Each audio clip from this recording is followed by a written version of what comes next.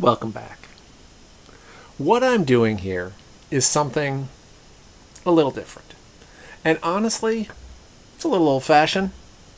I'm working my way through a nearly 20-hour audiobook called The Secret Advantage: Core Fundamentals to Get Anything You Want.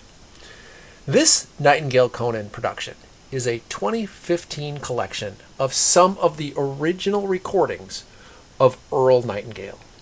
It's broken into 64 short episodes, each under 20 minutes. And each one tackles fundamental questions we all still wrestle with. How do I live better, work better, and build a life that actually feels meaningful? What you're hearing in these episodes, it's not a straight recap. These are my own summaries and reflections, my attempt to translate the ideas that were first spoken more than 60 years ago into a world we're living in now. A world of smartphones, AI, social media, and constant noise. What keeps pulling me back to the golden smooth voice of Earl Nightingale is how familiar his concerns feel. He talks about motivation and purpose and money, work, fear, courage, creativity, and opportunity. The same things that fill our podcasts, YouTube channels, and self-help books today.